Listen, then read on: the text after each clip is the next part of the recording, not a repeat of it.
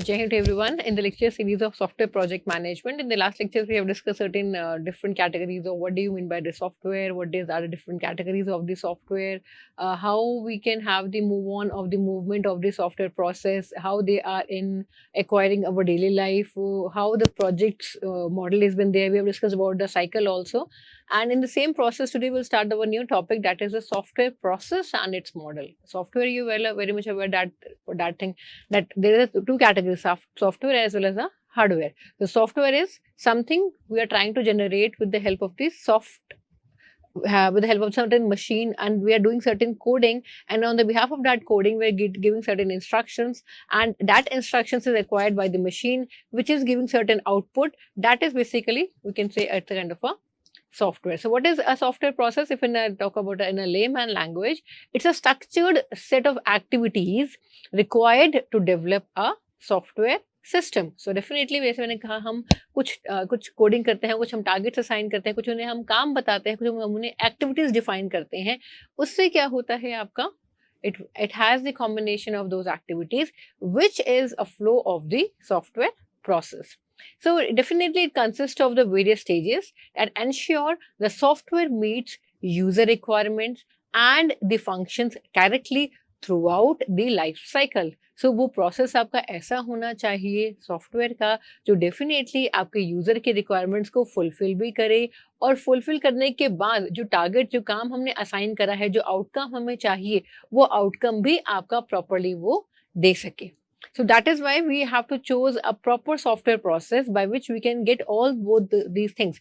That means the acquisition of the requirements by the customer, and definitely the outcome delivery, the correct outcome delivery is very much required by the software which we are going to develop. Okay, fine. So if we talk about certain key stages of the software process, it includes the three categories or the three stages. That is the inception, the second one is the maintenance, and the third one is the retirement. Fine. So these are the three stages when we are talking about the software process. I'm again saying it's the inception, maintenance, and the retirement. Fine. So we'll take one by one all about these stages, which is very much required, and it's a baseline for the software process, for choosing the software process, of course. The first one is the inception, which is the initial phase. Fine. So what does it say? This is the starting phase of the software process when the idea for the software is conceived and the initial planning is done. So what does it say is that जब हम बात करते हैं, जब हमारे दिमाग में आया कि हमें क्या करना है, जो आइडिया हमें क्लिक हुआ इमीडिएटली, जब हमें पता है कि हाँ हमें क्या काम करना है या करवाना है, उस टाइम को जो हम कहेंगे, जब हमने प्लानिंग दिमाग हमारे स्टार्ट हो गई है, that is basically your inception और the initial phase. You getting my point? That is why it's mentioned here, the starting phase of the software process, where the idea for the software is conceived and the initial planning has been done. So that is, in a simple language, that is your initialization phase, initiation phase, or the inception in your software process. Clear? So if we talk about the activities of this inception, we are having certain activities. The first one is very much required, that is a requirement gathering. अगर requirement ही नहीं पता होगा कि बनाने के लिए जो आपका इनकम इनपुट हमें डेटा को देना है, जो हमें डेफिनेटली इंफॉर्मेशन हमें लेनी है कस्टमर से, जो इनपुट हमें मशीन को देना है as a developing for the software, that is very much required. So for that part we have to understand the need of the stakeholders. We have to understand the needs of the customers for which we are going to develop the software. So requirement gathering is very much important stage or the activity of the inception phase, and there are a number of methods for gathering the requirement gathering, of course. For example, we can have the group discussions, we can have a certain set of questionnaire through which we can ask those questionnaire to the stakeholders, to the customer, by which we can have the more and more information from the stakeholders, isn't it? Maybe sometimes it happens is that they're not able to tell what they are in need of. So that curiosity, that craving, we have to take it out from the customers' feedback, which we can acquire from different methods. For example, the group discussions are there. We can have the panel, our own panel, who will randomly ask the questions to the customer, to the stakeholders, by which we can give the multiple answers from the stakeholders, and we'll try to understand what is the requirement they are getting it. Fine. Second one is the feasibility study, of course, analyzing technical, operational and financial feasibility. Feasibility means क्या ये project बन पाएगा, क्या ये project हो पाएगा, क्या ये प्रोजेक्ट feasible है. फिजिबिलिटी जो हम चेक करेंगे वो भी हम अलग अलग तरीके से चेक करेंगे. सबसे पहले आपका analysing the technical part, technicality में क्या ये पॉसिबल हो पाएगा, क्या मेरे पास सारे रिसोर्सेज अवेलेबल हैं. Operational also that is the second category for that thing. Operational form में अगर मैं बात करती हूँ तो क्या ये पॉसिबल है, क्या ये फिजिबल है कि ये ऑपरेट हो पाएगा, ऑपरेशनल हो पाएगा. एंड डेफिनेटली ऐसा ना हो कि बहुत एक्सपेंसिव प्रोजेक्ट वो बन जाए जो पॉसिबल ही ना हो पाए. So of course you have to check the financial feasibility also. So कोई भी प्रोजेक्ट जब हम बनाते हैं तो इनिशियल स्टेज पे we have to do check its feasibility, which is having the three categories: the analyzing technical, the operational and the financial feasibility. Clear? The third one is the project planning. In project planning we have to definitely define the scope. हमारे project का scope क्या है, हम क्या चाह रहे हैं, कितना लेवल ऑफ स्कोप उसका प्रेजेंट है. ठीक है, वो हमें बताना पड़ेगा. उसका ऑब्जेक्टिव क्या है वो हमें बताना पड़ेगा. और उसके बाद उसका टाइमलाइन और उसके क्या क्या रिसोर्सेज होंगे. That means eight the initial stage हमें सब कुछ दिमाग में लेके चलना पड़ेगा कि हाँ क्या क्या कैसे कैसे काम होगा.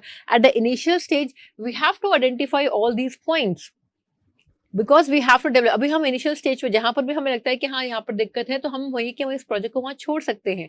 लेकिन इन सारे की पॉइंट्स को कवर अप करके ही हमें आगे बढ़ना है. अगर इनमें से कोई भी की पॉइंट हमारा प्रॉपर्ली वर्कआउट नहीं करा तो we have to think in a different certain scenario. You're getting my point. So that is why in the project planning we have to identify the scope.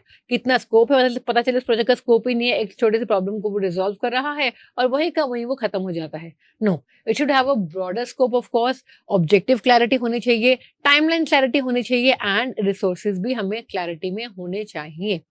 Clear बेटा? The fourth one is the risk assessment. If I talk about a risk assessment, identifying the potential risks and mitigation strategies, which is very much required.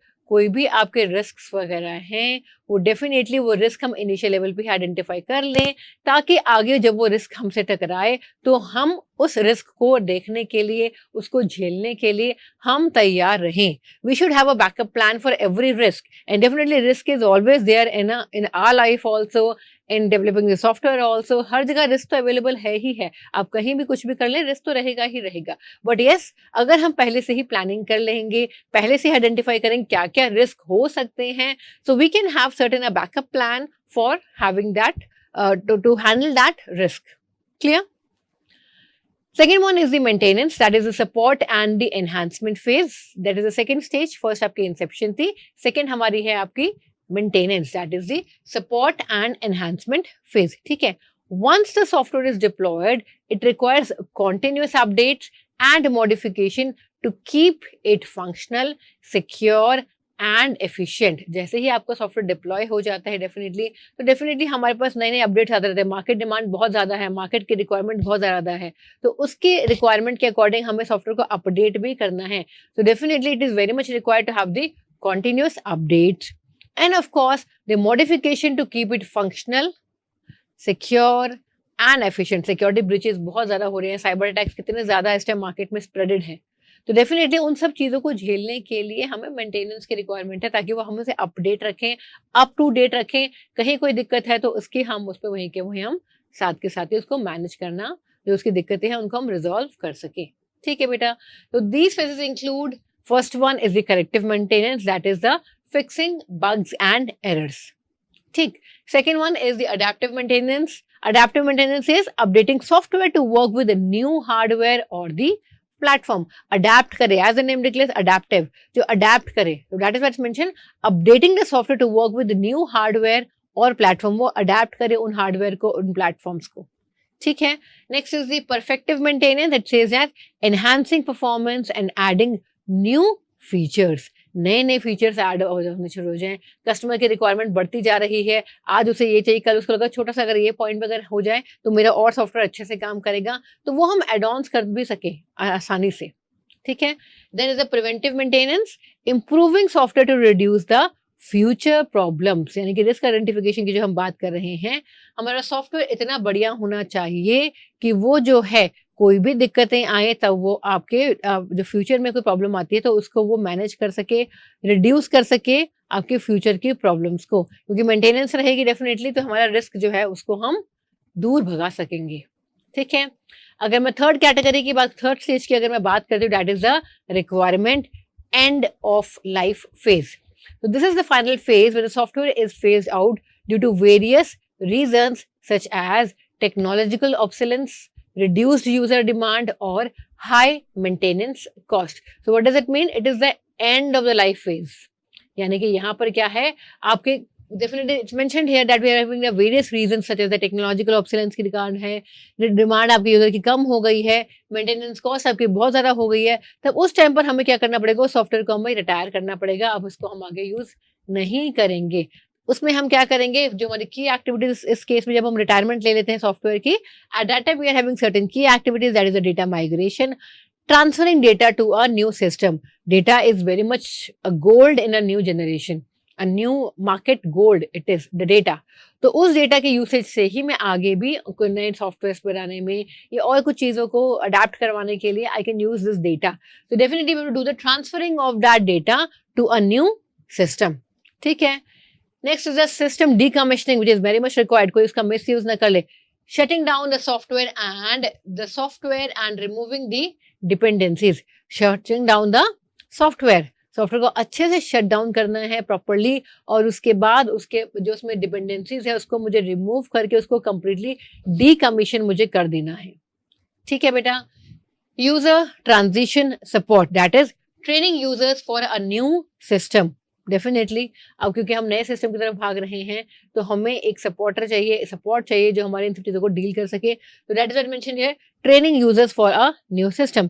And last is the final documentation, creating archival records for future reference. Clear है, documentation is very much required. So अगर मैं बात करती हूँ different software models की, we are having number of software model. The first one is the waterfall model, second one is the agile model, third is the spiral model, fourth is the V model which is called your verification and validation model, and the fifth one is the incremental and iterative model. ठीक है, अगर मैं single line में इन models को explain करूं तो waterfall model क्या है आपका, a linear sequential approach is the waterfall model. ठीक है, अगर मैं एजाइल मॉडल की बात करती हूँ, iterative and flexible development is the agile model. Iterative भी है, फ्लेक्सिबल भी है, बार बार हमारी रिक्वायरमेंट अकॉर्डिंग मॉडिफाई भी कर सकता है. स्पाइरल मॉडल को अगर मैं सिंगल लाइन में डिफाइन करूं, it's a risk driven development model. ठीक है, अगर मैं वी मॉडल की बात करती हूँ, it is called the verification and validation. It emphasises testing at each stage. थोड़ा सा काम करा, टेस्ट किया, ठीक है आगे बढ़ेंगे. हर जगह टेस्टिंग को बहुत ज्यादा इन्होंने एम्फसाइज किया हुआ है, हर लेवल पे इन्होंने टेस्टिंग को एम्फसाइज किया हुआ है. तभी that is what mentioned here, verification and the validation part. You getting my point? Fine. और अगर मैं सिंगल लाइन में इंक्रीमेंटल एंड आइटरेटिव मॉडल को एक्सप्लेन करूं तो definitely it develops the software in small parts, क्योंकि नाम ही आपका इटसेल्फ बता रहा है incremental and iterative model. Small small increment करके आगे मैं बढ़ती जाऊंगी इन आइटरेटिव फॉर्मेट. क्लियर? डिटेल में हम इसको देखते हैं आगे. So the first one is the waterfall model. As the name defines the waterfall model, जैसे आपका waterfall गिरता है, सेम आपका ये भी उसी तरीके से काम करता है. So it is a linear and sequential approach where each phase must be completed before the next one begins. पहले एक कंप्लीट होगा तभी हम दूसरे पर जाएंगे. ऐसा नहीं होगा कि पहला कंप्लीट नहीं हो हम सेकंड पे पहुंच जाए. No, first should be completed then we will move to the second stage. Fine. अगर मैं फेजेस की बात करती हूँ, so we are having the requirement analysis, that is gather and document the requirement. ठीक है, हमने सबसे पहले रिक्वायरमेंट को गैदर करना है, कलेक्ट करना है. सिस्टम डिजाइन की हम बात करते हैं, plan architecture and the components. Definitely हमें आर्किटेक्चर को प्लान करना है, जो जो हमें कंपोनेंट्स का यूसेज करना है उन सब की प्लानिंग हमें सिस्टम डिजाइन में ही करनी है. Then you have to do the coding part, that is the implementation part. Develop the software development part हम यहाँ पे करेंगे. और डेफिनेटली डेवलपमेंट के बाद हमारा टेस्टिंग आ जाएगा, verify functionality and fix the defects. Deployment की हम बात करते हैं, release the software to the users. ठीक, और डिप्लॉयमेंट के बाद जब हमारा सॉफ्टवेयर रिलीज हो गया है, definitely maintenance is very much required, so we will provide updates and bug the fixes. So definitely one by one we move on to the stages. पहले रिक्वायरमेंट एनालिसिस करेंगे, फिर डिजाइनिंग करेंगे, फिर implementation, फिर testing, फिर deployment और फिर आपका maintenance past. This is a basic block diagram for that, क्योंकि वाटरफॉल है तो डेफिनेटली इसको वाटरफॉल की फॉर्म में, जैसे झरना आपका गिरता है, झरने की तरह ही आपका ये 1 to 1 आपका सीन नीचे जा रहा है। Requirement, planning, execution, testing, deployment and your maintenance. That is why it is simply called the waterfall model. Advantages की अगर मैं बात करती हूँ, it's simple and easy to understand. बहुत सिंपल सा है, एक एक स्टेज कंप्लीट होते रहेगी, हम आगे बढ़ते रहेंगे, isn't it? It is well documented, making it suitable for large projects, क्योंकि हर लार्ज प्रोजेक्ट में हमें प्रॉपर डॉक्यूमेंटेशन चाहिए हर एक चीज की। Work well for projects with clearly defined requirement, जहाँ रिक्वायरमेंट क्लियरली डिफाइंड है, बार बार अपडेट की रिक्वायरमेंट नहीं, गुंजाइश नहीं है, क्योंकि ये एक बार अगर शुरू हो गया काम करना तो ये रुकेगा नहीं, ये अंत पे जाकर ही रुकेगा। ठीक है। डिसएडवांटेजेस की अगर हम बात करते हैं, not flexible, changes are hard to accommodate, क्योंकि मैंने कहा ही है फ्लेक्सिबिलिटी नहीं है, एक बार शुरू हो जाएगा अंत में जाकर ही रुकेगा, इसलिए इसके अंदर हम फ्लेक्सिबिलिटी इसके अंदर नहीं है, मॉडिफिकेशन इन बिटवीन हम नहीं कर सकते। Late testing will lead to costly defect fixes. ठीक है, डेफिनेटली अगर हम टेस्टिंग को लेट करते हैं तो आपके बग्स जो है वो बढ़ जाएंगे और वो आपका एक्सपेंसिव हो जाएगा उनको रिजॉल्व करना।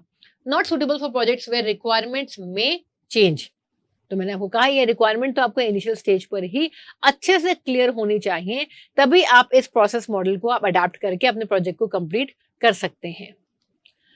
We'll take a small example for that. For example, there is a banking software system or the banking system software. It says that a banking application like an ATM system or loan processing system requires well-defined requirements and rigorous testing. Any mistake in the transaction can be disastrous. So we can have the process. We should initially we'll have the requirement gathering, define interest rates, transaction limits, user authentication, ये requirement हमने initial level पर ले ली। इसके बाद हमने design करा architect database for transaction, user authentication and your reporting, हमने डिजाइनिंग कर ली।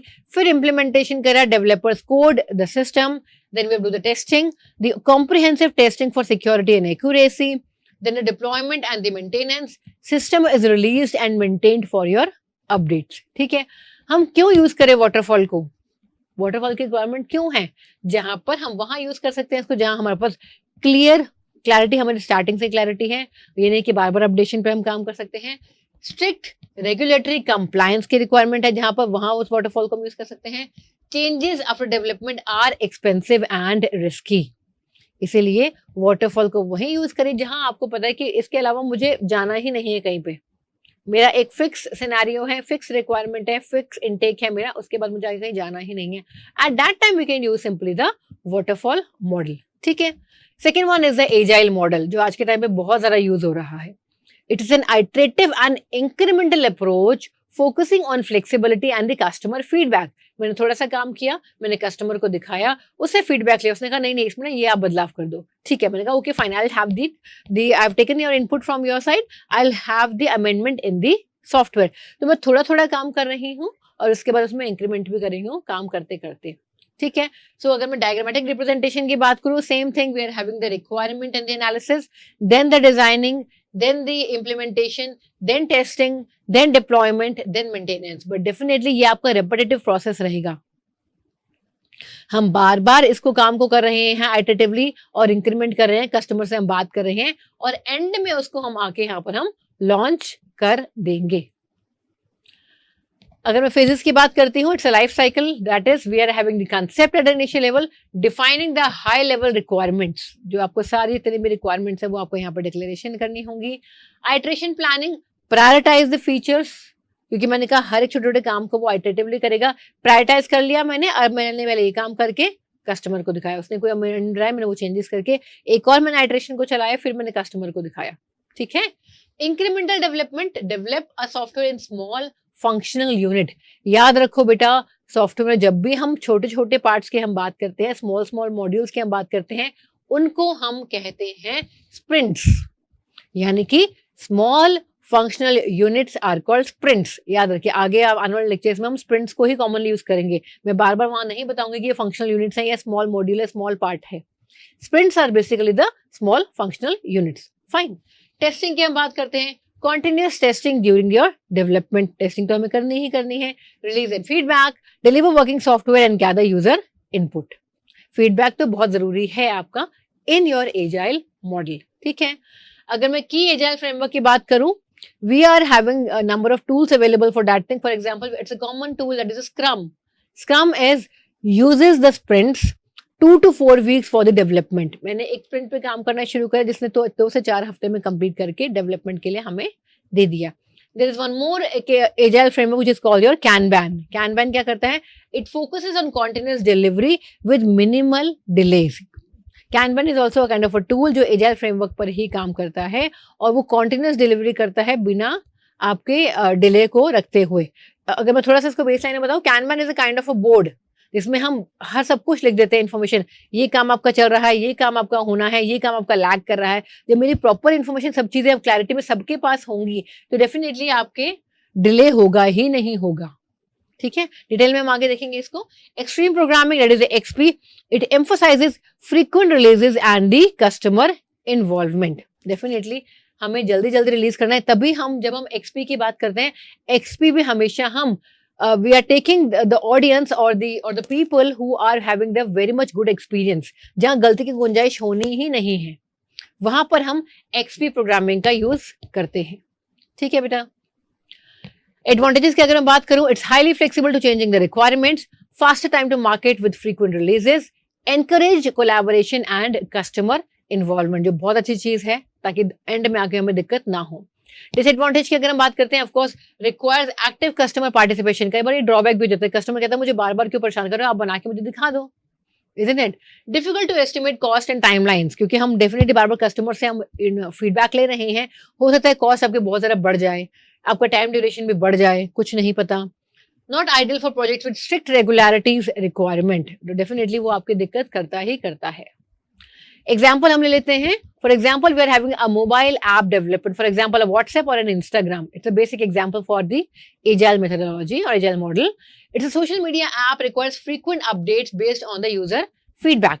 ठीक है, तो मैंने क्या करा, प्रोसेस को हमने स्टार्ट करा. मैंने आपको बताया स्प्रिंट आपकी स्मॉल फंक्शनल यूनिट होती है. स्प्रिंट 1 में क्या हुआ, develop the basic chat feature बनाया, मैंने कस्टमर को दिखा दिया. ठीक है. स्प्रिंट 2 में we have added the video calling. Sprint 3 में हमने इंप्रूव करा यूआई एंड सिक्योरिटी. स्प्रिंट 4 में हमने इंट्रोड्यूस करा स्टेटस अपडेट्स. ठीक है. We have taken the continuous feedback and improvement every 2 to 4 weeks. ठीक. एजाइल क्यों, why agile? Frequent updates based on the user needs, of course. Prioritize the flexibility and quick releases. Encourages the team collaboration, which is very much required. Team जहां खुश होगी, collaboration form में करेगी, तो वहां पर आपकी दिक्कतें बहुत कम आएंगी. ठीक है बेटा. Next is your spiral model. The spiral model is a risk-driven software development approach that combines iterative development with systematic risk analysis. Systematically risk को डील कर, जहां पर भी हम रिस्क की बात करते हैं, in general we are using the spiral model. Identify the objective is 1 phase, risk analysis is 2nd phase, 3rd one is the product development and the 4th one is the evaluation. Phases की अगर मैं बात करती हूँ, planning, identify objective, constraints and your risk. Analysis की मैं बात करती हूँ, assess potential risk and develop the strategies. Of course engineering की हम बात करते हैं, develop, test and refine the product. Evaluation की अगर मैं बात करती हूँ, gather feedback and refine the project. Advantages की अगर मैं बात करती हूँ, focus on the risk management, reducing the project failure, क्योंकि हम रिस्क की बात करें हर एक लेवल पे हमारा स्पाइरल फॉर्म में चल रहा है. ठीक. Suitable for large and complex projects, allows each prototype reducing misunderstandings. ये बहुत ज्यादा हेल्प आउट करता है इस चीज में. डिसएडवांटेज की मैं बात करती हूँ, expensive due to the repeated cycles, क्योंकि स्पाइरल फॉर्म है, एक साइकिल कंप्लीट हुई, सारी फिजिक्स कंप्लीट करी, फिर सेकंड स्टार्ट करी, फिर थर्ड स्टार्ट करी, तो उसके कारण क्या होता है, आपका एक्सपेंसिव हो जाता है. Required the skilled risk assessment, of course not suitable for small projects with low risk. Example की मैं बात करती हूँ, NASA space mission software, NASA ने डेवलप करा high risk high cost project, for example the space shuttle satellites, where failures are not an option. मुझे यहाँ failure की रिक्वायरमेंट चाहिए ही नहीं चाहिए. आइटरेशन 1 में हमने क्या करा, risk analysis for onboard navigation. In 2 we develop and test the guidance system. In 3 we validate the safety and reliability. In 4th we integrate with other systems. So each iteration reduces risk and improves the accuracy. Fine. So why spiral, of course, handles the high risk, large scale projects, allows multiple iterations and risk evaluation, and avoids the catastrophic failures. तो definitely क्योंकि हमने कहा यहाँ पर risk की गुंजाइश बहुत कम हो जाती है, क्योंकि हम बार बार आइट्रेशंस पर काम कर रहे हैं, इससे रिस्क आपका कम हो जाता है.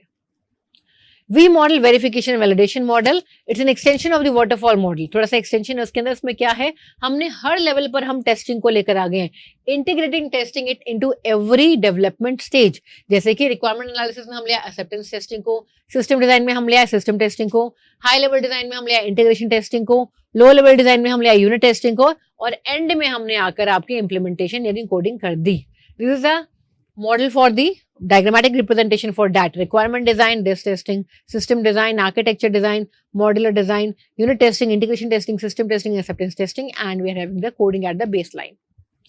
Advantages की अगर मैं बात करती हूँ, early detection of defects, ensure testing at each stage, definitely क्योंकि हर stage में testing हो रही है, well suited for safety critical system, for example the medical software. Disadvantage की मैं बात करूँ, rigid and does not handle changes well, costly and time consumed due to extensive testing. महंगा तो होगा ही होगा, हम हर जगह टेस्टिंग कर रहे हैं भाई. एग्जाम्पल की मैं बात करती हूँ मेडिकल सॉफ्टवेयर की. For example x-rays machine, MRI scanners.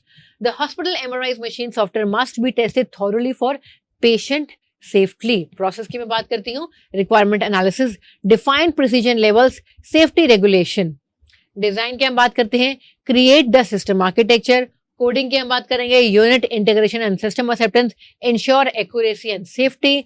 Deployment की हम बात कर लेंगे, final approval before the release. Why V model ensures the high quality error free software, क्योंकि टेस्टिंग हमने इनिशियल लेवल पे ही कर ली है, सारी टेस्टिंग कर ली है. Critical system can not afford the failures को अडॉप्ट करता ही नहीं है. Last one is the incremental and iterative model. The model breaks software development into smaller parts that are improved over time. Small parts में divide करेगा और फिर increment करता रहेगा. Phases की अगर हम बात करती हूँ, initial planning, define the basic requirements, first increment, develop and test core functionalities. ठीक है, पहले increment में हम नहीं करा. फिर we'll have the subsequent increments, add features and the existing ones, and then we'll have the final product delivery. This is the basic diagrammatic representation for that. We are having the planning, iteration and implementation. We are having the initial planning, requirement gathering, analysis and design, evaluation, testing, and at the end we are having the deployment. Advantages की अगर मैं बात करती हूँ, delivers working software early, handle changes requirement better than the waterfall model, क्योंकि हम testing कर रहे हैं हर जगह. Allows user feedback after each increment. Disadvantage की मैं बात करती हूँ, requires proper planning and architecture from the start. isn't it? Starting में ही आपको डेफिनेटली, क्योंकि मैंने कहा है टेस्टिंग की रिक्वायरमेंट है. Managing multiple iterations can be a complex. Complexity इसकी बहुत ज्यादा बढ़ जाती है, क्योंकि टेस्टिंग आपकी हर एक स्टेप पर हो रही है. एग्जाम्पल की मैं बात करती हूँ, e commerce website, Amazon, Flipkart, etc. And e-commerce sites start with the features and expand it later. Iteration 1 की हम बात करते हैं, develop login product browsing. Iteration 2 की हम बात करते हैं, add shopping cart and payments. Iteration 3 की हम बात करते हैं, introduce order tracking. Iteration 4 की हम बात करते हैं, implement AI based recommendation. ऐसे हम हर एक iteration पे काम करेंगे और उसके बाद each version improves based on the user feedback. ठीक है, so क्यों हम यूज कर रहे हैं incremental? Delivers a working product early, allows gradual expansion and improvements, handles changing requirements efficiently. So अगर मैं कंक्लूड करूँ इसको, डेफिनेटली वाटरफॉल आपका बैंकिंग के लिए या लार्ज एंटरप्राइज एप्लीकेशन के लिए फिक्स रिक्वायरमेंट्स के लिए यूसेज है. It is ideal for startups, mobile apps and dynamic projects. Spiral is a high risk large scale project. V model used in medical and aerospace. Incremental, it can be used for the SaaS products. So that is basically the complete chart for the representation. And thank you so much. We will discuss more in detail in next lecture series. Thank you.